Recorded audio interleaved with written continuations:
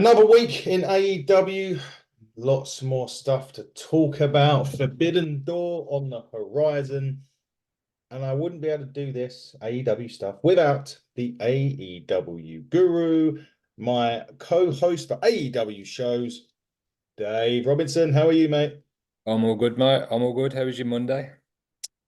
It was Monday. It was good, but I did get to speak to the Ringside Renaissance podcast. We had a good chat today, all things sort of WWE side of the pond. So it was good to catch up with those guys, and they're going to be appearing on our top 10 shows soon. They're going to be throwing their little top 10 into the mix. So yes, a good chinwag. What did they make of the end to Clash at the Castle? Did you? They were fine with it. They kind of one of them kind of actually did say on their podcast actually that they thought it would make more sense that Punk actually helping Drew than screwing him, just because it was about the title. But turns out that it's not about the title. Punk doesn't like it, so that's Punk. He kind of, I think the way they're doing it is Drew took Punk's dream away of main event Yeah. in WrestleMania, so took Drew's dream away of winning the title in his backyard. That's happened. Yeah. Whether it's right or wrong move is another thing. That's Well, there were two options on the table, wasn't there? I know this is AEW. We'll still talk AEW in a minute, but yeah, it was always going to be Drew won or Punk stopped Drew from winning. yeah, I would have preferred.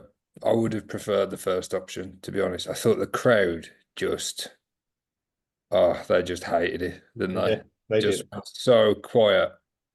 I Yeah, kind of felt like it ruined a pretty good show. yeah, But man. I don't know.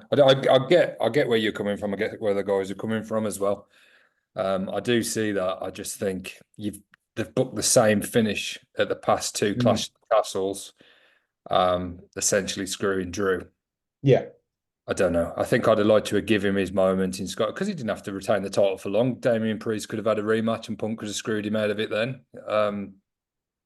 I don't know. I know they prefer longer title reigns and they don't flip flop the titles as much, but me personally, I would have preferred Drew to take the belt. I would have even preferred as if Punk tried to screw him and it didn't work and McIntyre won.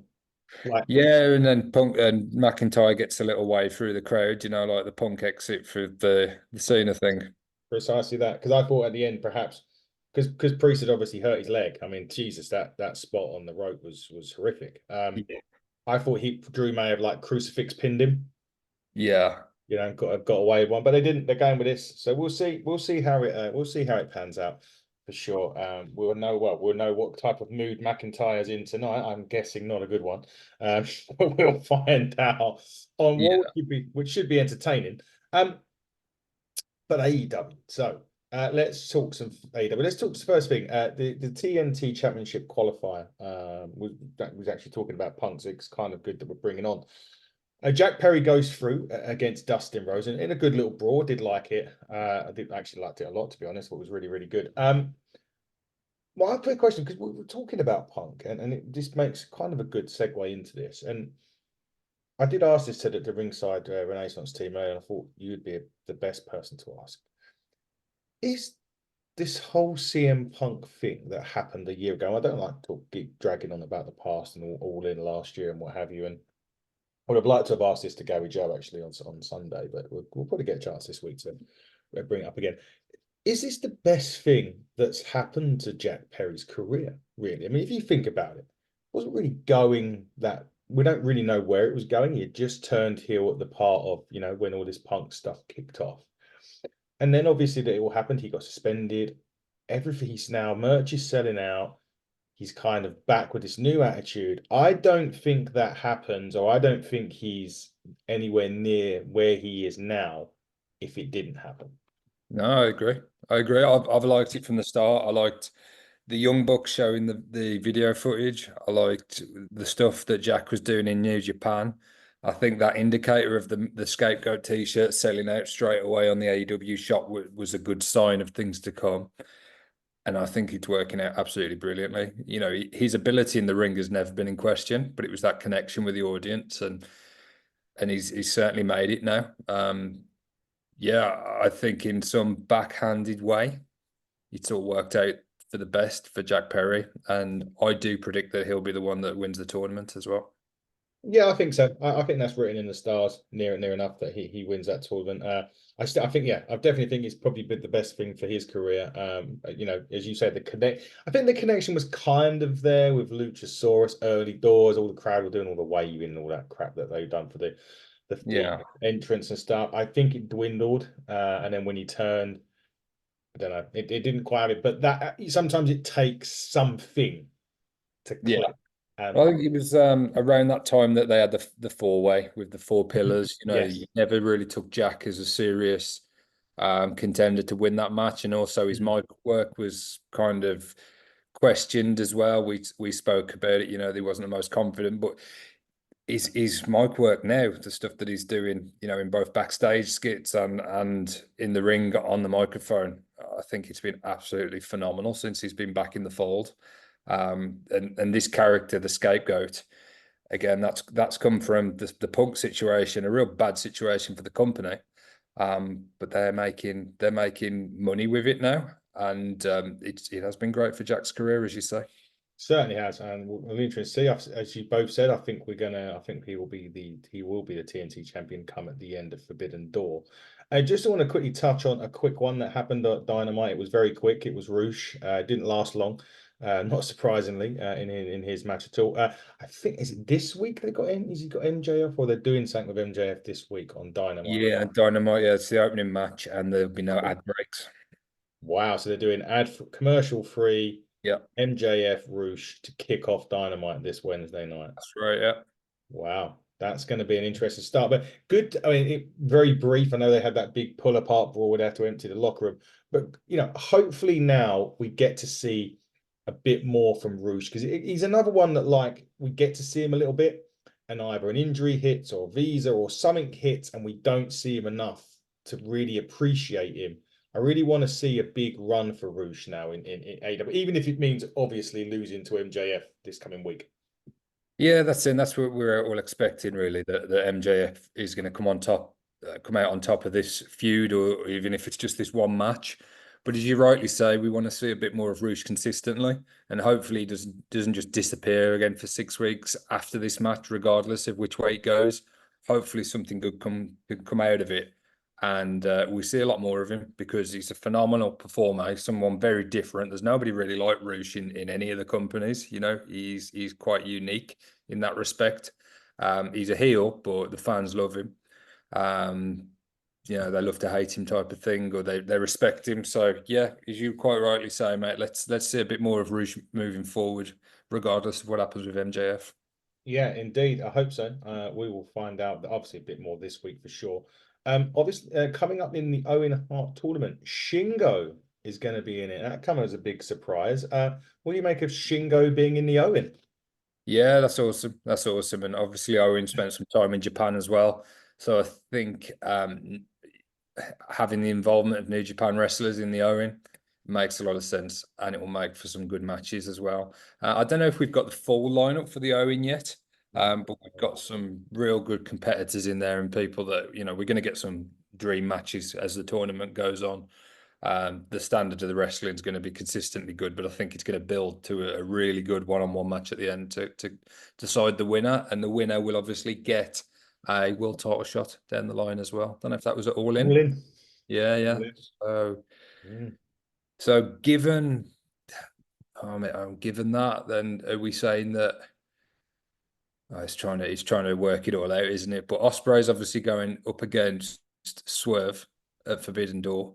Yeah. We were thinking that maybe Osprey was going to be the one to take the title at All In, but perhaps not then, if it's going to be the winner of. I mean, we don't know. Is he even in? Is he in the Owen? I mean, he Uh, hasn't. No, he isn't yet, is he? I mean, I don't know. Because I'm still leaning. I have to. Oh, we're talking. The quote of I have to get this out now. I, the quote of the week, and it is tickling me every time I even go to say it. And this is what's making me think it's McGuinness and Danielson all in. I think it just oh has yeah, to be. He done the quote on Collision, and he said that saying along the lines of Danielson was a vegan, but he spends too much time eating brie. yeah, yeah. He couldn't stop eating brie. Can't stop eating brie. I mean, obviously, for that, for those of you that are our age that can appreciate that joke. I think that Danielson for me, I've kind of wanted to see Danielson Osprey again, and obviously selfishly because this all in we'll all be there, so it's kind of nice. It's nice to see that. But yeah, I don't know, and I won't really know until the end of Forbidden Door, until Will Ospreay's match is finished, kind of thing, where they're going with it. I kind of want to see Daniel Ospreay, but I think we might get Danielson McGuinness. Yeah. Because it's going to Look, happen. yeah, it makes sense like, for them to have been doing it for so long and McGuinness just relentlessly, trolling him basically on commentary. You would think that's got to pay off with a match some and the fact that McGuinness is from the UK. Mhm. Yeah, the fact that it's going to be, well, not necessarily Danielson's only appearance at Wembley because he's not retiring. He's just stepping away from Yeah. full-time wrestling. So he could have a number of Wembley matches left, but I think that would be a good place to do it. In regards to Swerve and Osprey, my prediction is that Swerve retains, and it's because Osprey can't hit the Tiger Driver. Okay. He just won't do it after what happened with Danielson and what he said about the move and Swerve saying that he's not the same. Osprey hasn't got that killer instinct.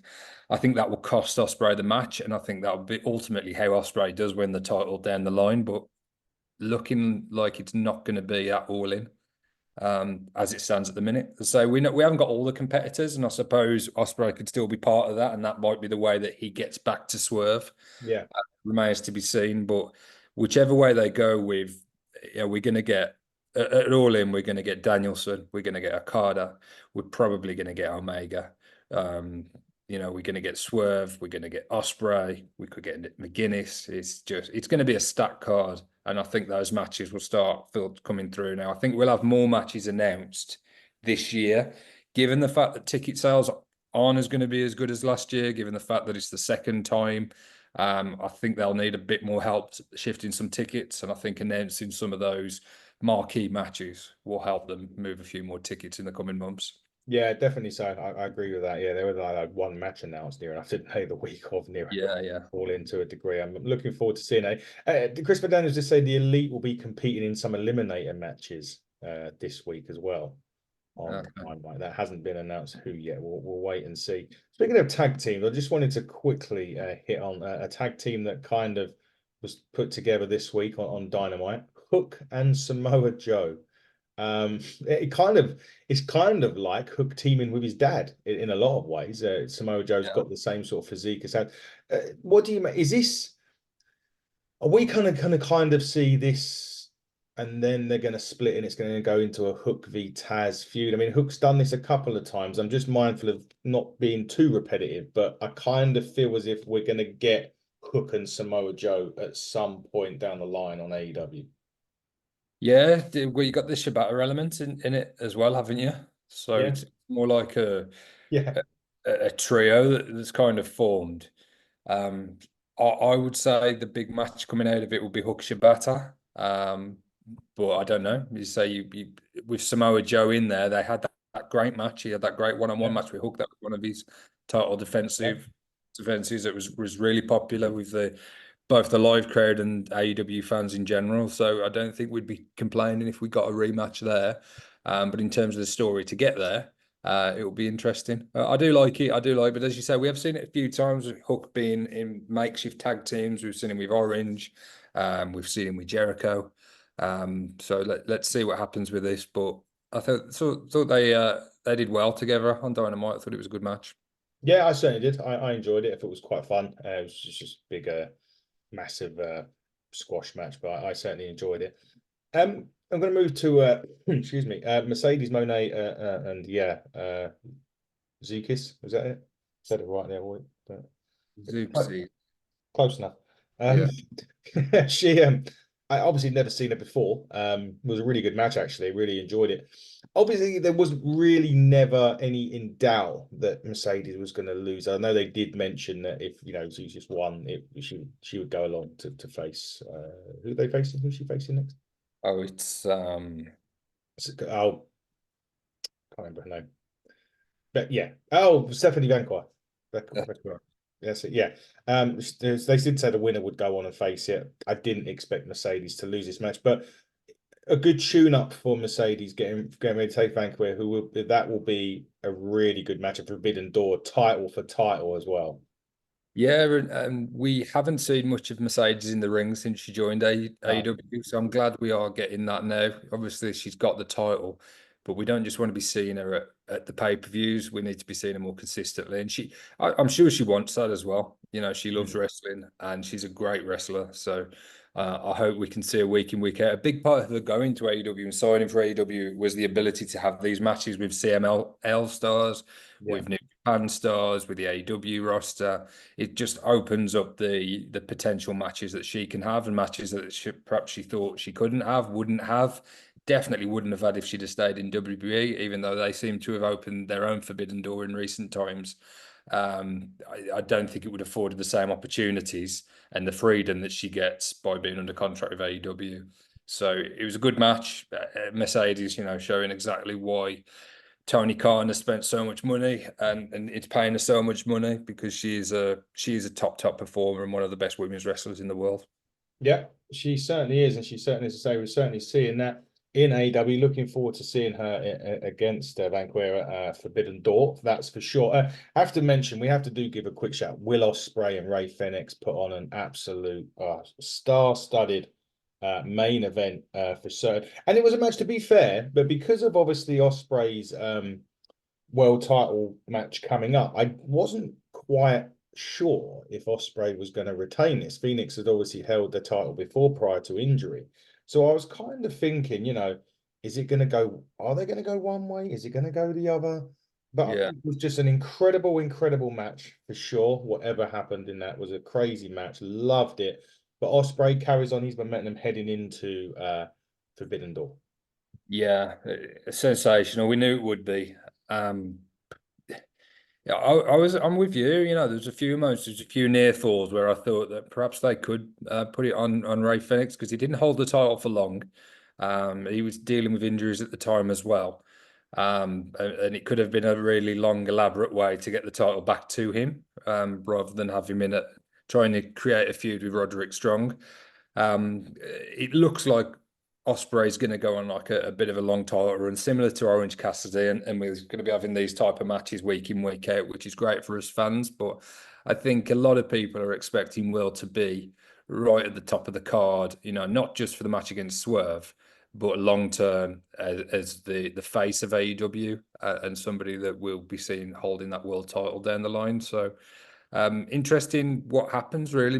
Is he going to be like a double champion? How long is he going to be the international champion? Will he relinquish it once he gets that world title? If he gets that world title, is it something that's going to be paid off pretty soon? Again, we speculated with All In for a long time, but Mr. Ricochet could have a say in that as well. I haven't heard any new news since we spoke last, whether he's going to be staying where he was or whether he's going to be coming over. But I did see that post of Osprey looking at, is it a train station? It said Ricochet. Yeah, something along those lines. Latest I've heard is that he does still appear on the internal roster, Yeah, with a potential and that one more potential appearance. I suppose a blow off with Braun Breaker or something along those lines. But as of in terms of signing for the WWE contract, he has not at this stage. yeah. So I think that situation is one as well that I think if Ricochet becomes an AEW wrestler, we'll be getting that rematch from all those years ago. I think it was 2016 when we were Yeah. talking about it. Yeah, I think Osprey Ricochet would be a match that would definitely sell some tickets for All In. Um, but yeah, interesting really which way they go. A lot of people to get on the card, a lot of top wrestlers and people that we want to see. And as we spoke about in the past, All In is AEW's WrestleMania. It's the biggest show of the year. It will be the biggest audience, even if it doesn't come anywhere near last year's 90 odd thousand of tickets sold. It's still going to be 50,000, I would guess, Yeah. that type of figure, which is still a phenomenal draw for a company that's only 5 years old. So yeah, we'll see. But I love the match. I love the main event. I thought Ray Phoenix is sensational and always has good matches. Yeah, Phoenix is amazing for sure. Phoenix, sorry, is amazing for sure. Want to move on to Rampage just for one match because we've mentioned Will Ospreay. Yeah. But obviously, there is another English woman in Rampage this week. Someone that's obviously we know is the girlfriend of Will Ospreay, but I kind of think she's carving her own name away from that, and that's Alex Windsor. She come on. Yes, she lost to Tony Storm. She won on Ring of Honor, so she's been performing quite a bit on the AEW Ring of Honor circuit. Have you seen much of Alex Windsor? I know obviously over here you may have done, but have you seen much of her in AEW? And do you think that perhaps, just perhaps, the next All Elite graphic could be for the iron-willed Alex Windsor? Could well be. I would hope so as well. I mean, she's a great wrestler. I saw the first match she had with the company as well. I can't recall who it was against, but it wasn't like a squash match or Teamed with anything. Anna Jay, didn't she? That's it. Yeah, yeah. She didn't just come in and get squashed by Nyla Rose, or they used to do those kind of matches with Jade Cargill. She was involved in a proper match, which I thought that was a good sign for her and her involvement with the company. That straight away she was in a match and she could show what she could do, and she did exactly that again with Tony Storm. So yeah, I hope that she's signed. I think that would be really. I don't think they've acknowledged the relationship on camera, have they, between Windsor No, and no, no, no. Osprey? So it's not going to be factored into anything that Will's doing, I wouldn't have thought. But in terms of personally, I would assume it would make life a hell of a lot easier if they're both contracted to the same wrestling company. Hmm. So, for everyone all around, I think it would be a big win, for everyone. Yeah. The W, Windsor, Osprey, the fans. I think it'd be a great acquisition for the company. Definitely so. Well, we'll have to watch this space. Nothing announced yet. I have just checked social just to make sure there wasn't anything going on as we were talking about that, but no, nothing as of yet. Moving on to Collision. I love the TDMK, the Mighty Don't Kneel. Obviously, they were part of a big eight-man, Leo Rush as well, Rocky Mero. They went against the Blackpool Combat Club. Wasn't really any surprise that the Blackpool Combat Club had won this match, but with Zack Sabre Jr., and I know he's definitely Mr. New Japan. He's the one that's kind of taken that mantra away from Will Ospreay and kind of wants to stay there Yeah. in Japan and build a legacy there. Selfishly, though, Dave, I would love TDMK to be all elite. I don't know. I mean, I know we're sort of adding to this massively stacked roster as we keep talking through today. I mean, we know there's going to be go-ins as well. We know when contracts are up, there'll be some that are not renewed, and that will free up space, etc. But TDMK for me, I didn't know one of them was in Retribution in the Yeah. yeah, Shane Haste, is it? I think it was. He Yeah. was Slapjack or something in Retribution during the pandemic era WWE, which blew my mind. But anyway, Mighty Don't Kneel. That was a great match for the BCC this week. Leo Rush again, outstanding. But the Mighty Don't Kneel for me, I need them in All Elite Wrestling full time. Yeah, there'd be no complaints from me. I would certainly like it, even if we're not going to get that. I would like a little bit more integration throughout the year. I know we get Forbidden Door and we get more New Japan stars in the lead up to that and in the immediate aftermath, but I would like a little bit more throughout the course of the year, um, just to just so it's not like a cold start for some of these matches. So you've got some longer term stories that are being told from stuff that could have happened 6 months ago. And for due to schedules and everything, they might not cross paths for 6 months, but then we can, just dip into these stories and see a bit more and learn about some of these characters. I know it's a bit lazy from me because the answer there would be watch more New Japan, but there is only a limited amount of time that fans get to watch wrestling. So Yeah, I would like a little bit more long-term planning in terms of what the outcomes are gonna be or what the matches are gonna be at Forbidden Door, and then work backwards and just sprinkle a bit in. My only surprise with this match in particular was Leo Rush didn't get his own entrance, and he was the one that ate the pin. yeah, Given how he left AEW the first time around, I was just a bit surprised about that. Obviously, he's a professional, and it was an eight-man tag. It's not like he was poorly presented or anything, but No. yeah, it was just one of them I didn't expect. I thought that perhaps Leo Rush, if he's going back into the company where he had a public falling out with Tony Khan, that perhaps he wouldn't be like the fall guy in 8-man tags. But maybe that's just me. Yeah, Rocky Romero could have took it, I suppose, or one of Yeah. TBM. Okay, I mean, there's no, nothing. Okay, no, Yeah. interesting, but yeah, he So did. far, he came out with Rocky as well, Yeah, to Rocky's theme, and I just thought it's a bit of a strange one, that. it is. After that, though, Moxley grabbed the mic and said, obviously, he's going to basically bury NATO once and for all at Forbidden Door. Did you see Moxley holding on to that title after Forbidden Door, or do you think NATO's gonna take it back? Yeah, because again, Moxley hasn't had that title long, but he didn't have the US title long, did he, when he was in New Japan? Hmm. So I'm sure that will be. Is it Gaido? Is he? Who is it that runs New Japan? Yeah, I think you're right. Yeah, I suppose he will have an influence on that, and maybe the decision on that, given what's going to be happening in New Japan over the next few months. I wouldn't expect Moxley to be a long-term champion there. Um, Whether we'll see that title change on the Forbidden Door, I'm not sure. It could be that Moxley wins this one and they have a rematch in Japan, and Naito takes the title there. But it'll be a great match. I'm looking forward to it. I don't just want to see the AEW guys win all of the matches at New Japan. I want them to be presented as equals. So I want it to be competitive. So yeah, that's why I want to know a little bit more about some of the Japanese wrestlers and the characters and stuff like that. I think that will help the overall show. You can gain more interest as well from both sides. If New Japan wrestlers are just taking the pins for AEW wrestlers every year, then New Japan fans won't be too happy with that, and they probably won't be checking the show out as much as they would be. I mean, they've done a pretty good job overall, but yeah, I just want to see. I want to see. I want matches that I don't know the outcome to. I want some unpredictability, and yeah, I want to be on the edge of my seat guessing as to who's going to triumph. Indeed. Just a quick update on Ricochet. Funnily enough, we know we say that's why I checked the social media. Saying apparently the update is that he's apparently done with WWE and he's not expected to be reappearing on television before his contract is up. It seems as though that is it for Ricochet in WWE.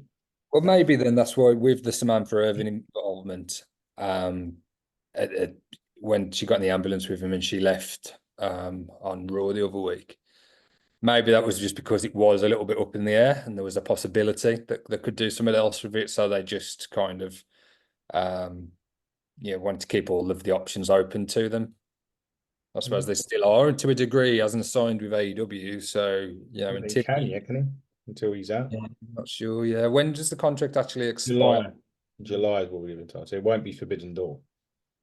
No, no. So yeah, it will certainly be in that running to All In that month before. I mean, So you could probably give them a nod to say, yeah, I'll sign once it's. yeah, yeah. If Then they wanted to start a like, put something in place where somebody like, Osprey loses and, and then they can kind of bring on to that happening and wait, start it without Ricochet being there kind of thing. But, yeah, we'll have to wait and see though, yeah, for sure. One of the matches that I really enjoyed, and there was a nice throwback to NWA in this as well, was Deonna Purrazzo Thunder Rosa no DQ. I thought this was probably one of as good as a no DQ match that I've seen in wrestling, not just women, men, everything. It was yeah, so well done, so well put together. Two great stars in there. And it goes to show what we've said all along. If you've got two great women's wrestlers with a great story and you book it right, you get Thunder Rosa versus Deonna Purrazzo, no DQ on Collision. yeah, yeah. And Thunder Rosa's got a great history as well with these type of matches. Yeah, Big one with Britt Baker, which kind of put her name on the map, really. yeah. Certainly to the AEW fan base, that was a really her arrival. She's a top star. She's women's world champion material. This match was great. And I'm kind of a little bit disappointed we didn't get it at the pay-per-view. But again, we can't have both. We can't criticize AEW for having 10 matches on the show. You've got to have this quality match on Dynamite and Collision as well. So as fans, we don't really lose. We get the matches from the performance point of view. I suppose you would want it on the biggest stage and get the biggest payout as well, the biggest cut of the card. So I thought this was great though, and as you say, one of the best no DQ matches you're likely to see. Yeah, well put together, very well put together indeed. And we spoke earlier on about Jack Perry in the ladder match. He will be joined definitely by Dante Martin, who qualified this week. It'll be an interesting one with Dante because obviously he's had a lot of injuries, and again he's going into a high risk environment at Forbidden Door with these ladder matches. And he's had a couple during doing these type of things. Do they have to be really careful about putting him in matches like this just because of the injuries that he has had? You know he's going to take a risk. You know he's going to do some high flying stuff. That's what he does. Do they just have to be a little bit more conservative with this, especially with someone who's injured himself so many times on these types of matches? Yeah, I think they've got to be careful when they're involved in weapons and props and tables and ladders and stuff. As you say, it's happened before. There's nothing to say that it will happen again, but once bitten, twice shy. So I would be not wrapping him in cotton wool, but I would be trying to showcase his abilities and his high flying moves and his aerial ability. But you don't necessarily have to do that with the involvement of a double table or an unnecessary risk. Try and pick the moments for those spots where they're going to be most effective, but we don't want anybody getting injured, particularly after he come back from such a horrific injury, in the past 12 months. Yeah, definitely so. I was going to talk about Christian, but we'll leave that till the end because he's part of the main event that we need to talk about. Hikaru Shida going into the Owen, the women's side of things. Shida's another one that we saw so prevalently at the start of AEW. She was the champion. She was the one that beat, was it Nyla? It was Nyla Rose, wasn't it? She was the one that beat Nyla Rose. It was, Yeah. wasn't it? Way back when Nyla was prevalently the champion and Hikaru Shida. And then she's kind of come and gone and come and gone. She's back for the Owen. Again, we don't know the full competitors, but Shida in the Owen should be a very interesting addition to that tournament side of the women. Yeah. Yeah. As you say, we get in some real top and the tournaments in AEW, it does allow for some people that we haven't seen as much of to come back and make an impact in the tournaments. We will have the C2 later on in the year. It's really nice in the summer that we get this, and I think adding the stipulations that with of the title matches for the winner, I think that was a great move from Tony Khan. I'm not again sure of the full field, but Hikaru Shida, she's a two-time or three-time possibly women's champion, certainly two-time. She's got to be up there with the favourites, so never has a bad match. Always, great competitor. So I think her involvement in the tournament is a great move. Yeah, I like so. I do think it's going to be an interesting one. I can't wait till we get the full field. So we're going to have a really good chat. Maybe on Sunday when we get Gary Joe back, yourself and Gary Joe back on, Yeah. there'll be more names, and we can kind of run through them in a bit more detail and go through and have a little, little pick up at the Owen. Obviously, it's going to be the one before the go home as well, a Forbidden Door. So we'll have to have a look at that as well going forward to see what the matches are like. I know there's generally like a 10-12 match card with AEW one, so we will see that and we'll start running through that at a later date. Well, the main event now, again, we kind of touched upon an injury as well. It was the Bang Bang Gang versus obviously the House of Black. Before we get into Christian's bit, we'll talk about this. I mean, it was a fantastic main event, and I'm glad the Bang Bang Gang are getting back on with Juice being back. They seem to be back to where they should be being on the show, featuring prevalently. House of Black, it's always great to see those guys. Looks like a pretty bad one for Buddy. There was a bit where he did get injured, and he got escorted to the back. He couldn't continue in the match. And then after the match, and this was the one I felt was quite weak. I didn't see this coming, and I don't know whether it was kind of done to write him off or whether there is another story behind it. Christian Cage came out before, done the whole Father's Day thing like he was going to do. We like he's been fantastic at that. But he gives Buddy Matthews the concerto at the end of Collision this week. It was a very strange one for me because obviously, I've kind of thought, well, that's writing Buddy off. He's going to be have a really bad injury. But then you kind of turn in the House of Black that are kind of in between. I mean, Julia Hart until she got injured was a bit. You kind of turn them full face at the end of this. Yeah, yeah, I didn't see it coming, mate. I'm not sure. I'm not sure where they're going with this. No, nor am I, which is a weird one because I'm not. I don't know. It threw me. It really did through me. Obviously with Buddy out, and obviously now they're more just a tag team now, aren't they? Because Buddy's out, Julia's out. It only leaves Malachi and Brody, doesn't it? Now? Well, you've got Chris. You got Copeland had the involvement with Malachi and stuff, but they didn't really plant any seeds with Christian and Copeland. We spoke about it, didn't we, in regards to Gangrel and the Brood and possibly a trios match down the line, but just seemed a little bit random. It did. I'm not sure. I'm really not sure. I want to find out a bit more. Hopefully, we get some answers this week on Dynamite because it's really weird. To find, well, it is going to be a weird one until we actually know the reasons for. It's interesting, yeah. It's interesting which way we go, and we want House of Black and Malachi, in stories that we want to be tuning in week week out and see the development with those stories. So I'm quite happy that they're involved in more than just a match. There's substance to it. But I just didn't see this one coming. No, I certainly didn't see it coming. If I did go black just then, my light did switch off. It was plugged in, so maybe we've got some supernatural. Maybe the House of Black is trying to send a message to us. Lights out on this podcast. So yeah, I mean, it's gone out again. Really weird what's going on with my light. It keeps to being now changing color. So yeah, interesting way to finish Dynamite. Some 3 really good hours of AEW in all 4 and a bit if you count Collision. As the light goes out again, this is getting annoying. I'm going to put it down over here. Let's finish up quickly, Dave, while I've still got light. Thank you very much for joining us, as always. It's a pleasure to see you. We'll be back as I go out again. We'll be back with some more AEW this week, guys. Tune in to us at HTT Buckle on X, Hit the Turnbuckle podcast, and all social media outlets. I'll be back with a light later on this week to give you some more info about who we've got coming on. But Dave, get us away quickly, please. It's time to bid you all adieu. Goodbye. Mwah, and good night. Bang. Pay me electric bill next time. Stay elite.